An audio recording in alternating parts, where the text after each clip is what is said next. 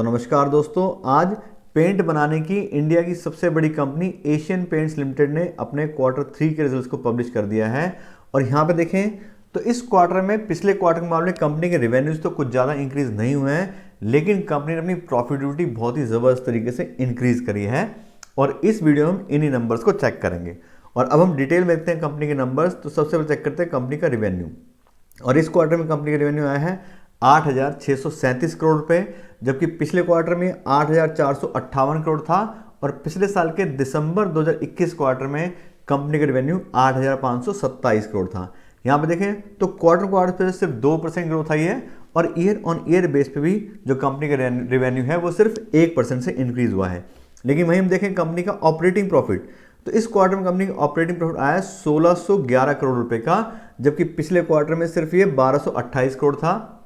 और पिछले साल के दिसंबर 2021 क्वार्टर में जो कंपनी है उसका रेवेन्यू 1542 करोड़ पे था। यहाँ पे देखें तो 31% का काफ़ी अच्छा ग्रोथ मिला है कंपनी को उसके ऑपरेटिंग प्रॉफिट में क्वार्टर बेस पे, और ईयर ऑन ईयर बेसिस पे भी कंपनी का ऑपरेटिंग प्रॉफिट 4% से इंक्रीज हुआ है। अब इसका जो मेन रीजन है वो है कंपनी के ऑपरेटिंग प्रॉफिट के जो मार्जिन है उसके अंदर इंक्रीमेंट आना। इस क्वार्टर में कंपनी का ऑपरेटिंग प्रॉफिट मार्जिन आया है 19% का, जबकि पिछले क्वार्टर में ये 15% था। और पिछले साल के दिसंबर 2021 क्वार्टर में कंपनी का ऑपरेटिंग प्रॉफिट मार्जिन 18% का था। यहाँ पे देखें तो क्वार्टर बेस पे कंपनी का ऑपरेटिंग प्रॉफिट मार्जिन 4% पॉइंट से बढ़ा है, और ईयर ऑन ईयर बेसिस पे भी ये 1% पॉइंट से इंक्रीज हुआ है। उसके बाद बात करें कंपनी के इस क्वार्टर के नेट प्रॉफिट की, तो इस क्वार्टर में कंपनी का नेट प्रॉफिट आया 1,097 करोड़ रुपए, जबकि पिछले क्वार्टर में 804 करोड़ था।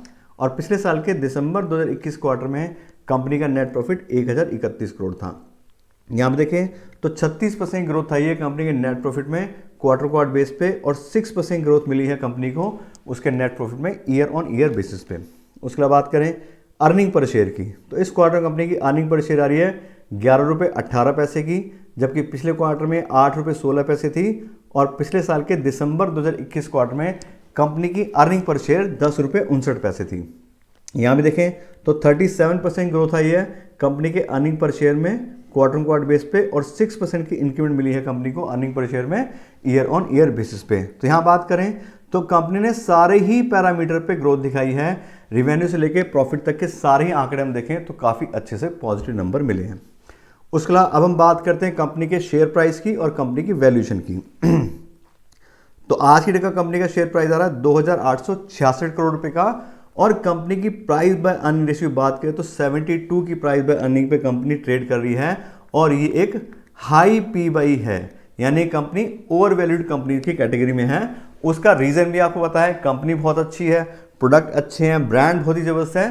तो इस तरह की कंपनी की बात करें तो ज़्यादातर कंपनियां आपको ओवर प्राइस्ड ही मिलेंगी, बहुत कम चांसेस होते हैं कि कंपनियां हमें अंडर वैल्यूएशन मिलें। और पी/ई के अलावा इस कंपनी को मैंने जो है डिस्काउंटेड कैश फ्लो एनालिसिस हिसाब से भी चेक किया है, उस हिसाब से भी कंपनी ओवर वैल्यूड है, और थोड़ी बहुत ओवर वैल्यूड नहीं है, अपनी जो फेयर वैल्यू है उसके 2 टाइम्स यानी कि डबल पे मिल रही है हमें। कंपनी जितना कंपनी पैसा कमाती है उससे भी वैल्यूएशन जो है डबल आ रही है, तो काफ़ी हाई प्राइस कंपनी है।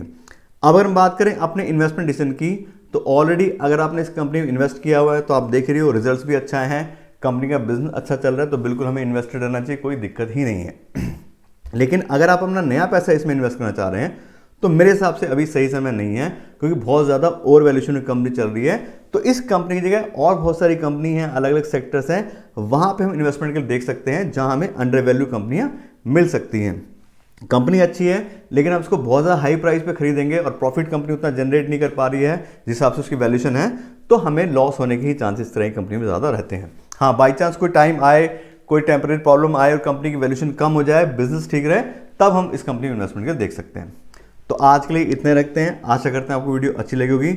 अगर आपको वीडियो अच्छी लगी हो तो उसको लाइक और शेयर जरूर कीजिएगा, और साथ साथ मेरे चैनल को सब्सक्राइब कर लीजिएगा। Thank you so much.